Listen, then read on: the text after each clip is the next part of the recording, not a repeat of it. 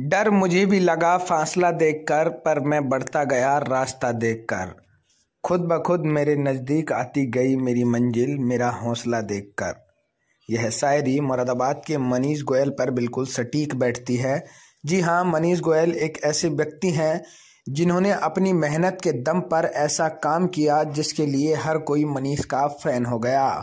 और अब लोग मनीष गोयल को साइबरमैन के नाम से जानते हैं।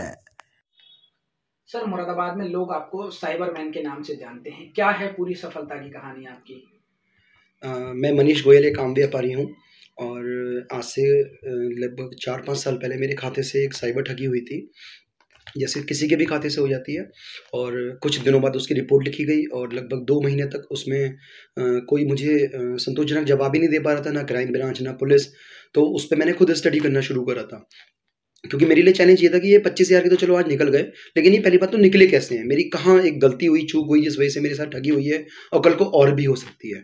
उस जुनून को लेकर मैं स्टडी करता रहा और लगभग 5-6 महीने तक, मेरी 7 महीने तक स्टडी चली, जिसमें मैं अपने योगी जी के जनता दरबार और दिल्ली 3 मूर्ति मार्ग स्थित बीजेपी ऑफिस, बागपत के सांसद, मुंबई के पूर्व कमिश्नर, मैंने कोई कोना नहीं छोड़ा। यानी कि मैं ईमेल, फैक्स, ट्विटर, जिस तरीके से भी मैं बोल सकता था बड़े बड़े गवर्नमेंट्स को, किसी को भी, कि यार इनको रोकिए, आप प्लीज़ रोकिए इनको। और ये ऐसे साइबर ठग हैं जो एक देशद्रोह का तरह काम कर रहे हैं और हम लोगों को खाली कर रहे हैं। हमारी मेहनत का पैसा ये लोग ले जाते हैं और हमें पता भी नहीं लगता कि ये हमारे शहर, जिला या देश में भी निकला है या नहीं निकला है। एक आम आदमी केवल बेवकूफ़ बन जाता है, वो पुलिस पे जाता है, पुलिस कहती है बैंक पे जाओ, बैंक कहता है यार वो अभी FIR करो, वो फिर बाद में पता लगता है वो चोर तो दिल्ली बैठा है या बिहार बैठा है। तो वो आदमी कहता है भाई मैंने जाके नहीं दिया, मेरा यहीं से निकला है ना, तो आप उसको ढूंढो ना फिर यहीं से। जब वो वहां बैठ के चोरी कर सकता है तो हम यहाँ बैठ के ढूंढ क्यों नहीं पाते?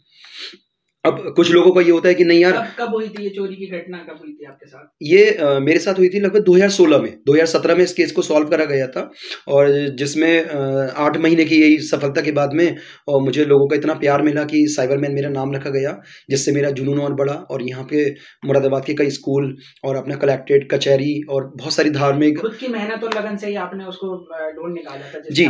मैं एक्चुअली जब पुलिस को विश्वास नहीं होता था तो मैं क्या करता था, उसके साथ एक चैटिंग करता था एज ए क्रिमिनल की यार मैं यूपी के बहुत गरीब परिवार से हूँ और ये मुझे बताओ कैसे होता है। तो वो मुझे बताता था कि हमारे पास 5 लाख लोगों का डाटा है भारत के, और हम मोदी जी की जैसे वेबसाइट मेन है डिजिटल इंडिया की, Bhim app, IndusInd bank, Indian overseas bank, railway, Amitabh Bachchan की ICICI बैंक, ये सब साइटों को हमने क्लोन बना रखे हैं, सब साइट को हैक कर रखा है, जिसके जरिए हमारे पे डाटा आता है। और लगभग 5 लाख लोगों का डाटा है, और मुझ जैसे लगभग उसके अंडर में 10,000 लोग काम कर रहे थे, जो 10%, 20% और 50% के रेशियो में थे, जिनका काम केवल और केवल डाटा को हैक करके चोरी करना होता था, और ये दूर बैठ के मजे लेते थे जिससे कि इनको कोई ना पकड़ पाए।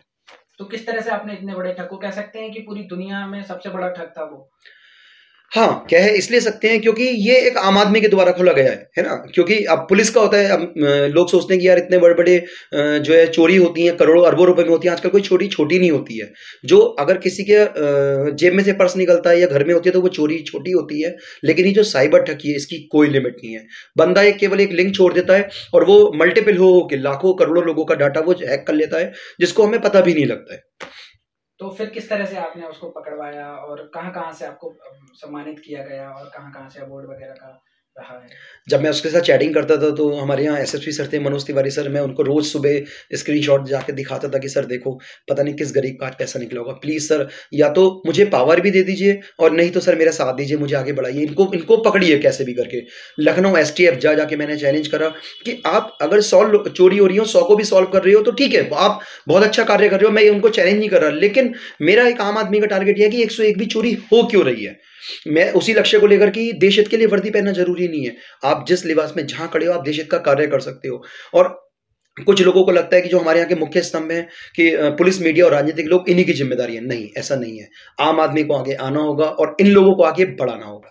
आपके इस सराहनीय कार्य को लेकर कहाँ-कहाँ से सम्मानित किया जा चुका है आपको? शहर की कई संस्थाएं अपनी धार्मिक, राजनीतिक, क्योंकि मैं कहता हूँ ये पैसा निकालने वाले किसी धर्म को नहीं देखते, किसी राजनीति को नहीं देखते, ये इनको बस पैसा निकालना होता है केवल। हाँ ठीक है, आप कैपेबल हो, आप ले आओगे, लेकिन एक मेरा लक्ष्य है कि जैसे मेरी एक कोशिश से अगर 1 लाख लोगों का डाटा बचाए तो शायद दूसरी कोशिश से 140 करोड़ लोगों को भी बचे। इस तरीके से मैं एक वर्क कर रहा हूँ कि जैसे एक सीसीटीवी होता है, मैंने अपनी गाइडलाइन का नाम रखा है सीसीटीवी। ये सीसीटीवी होता है, हम सीसीटीवी जब लगाते हैं तो वहाँ पे चोरी कम हो जाती है, बंद नहीं हो भले ही, लेकिन 95% तक कम हो जाती है, क्योंकि चोर को ये एहसास हो जाता है कि अगर मैंने चोरी करी तो मैं पकड़ा जाऊंगा।